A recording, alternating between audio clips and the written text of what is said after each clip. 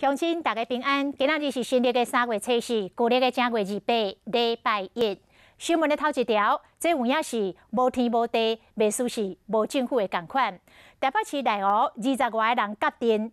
北甲2个伫咧超商门口咧讲话店员工连拖带诱压上车，前后无到1分钟，尾后发现压唔着人咯。1点钟后，甲2个店员隔伫咧新北市的中和。 警方即马锁定7台可疑的车辆，全力追捕。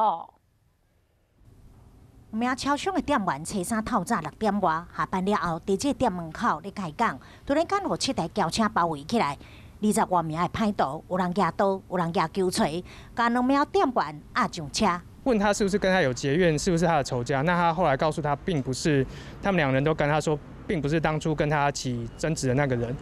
虽然整个犯案的过程短短无到1分钟，不过这阵歹徒却无先查好清楚，因为讲这2个超商的店员是因进前伫 KTV 的元收人，伫车顶闭门1点钟，才发现讲根本是认唔到人啊。最后甲这2名超商的店员等伫新北市的中和。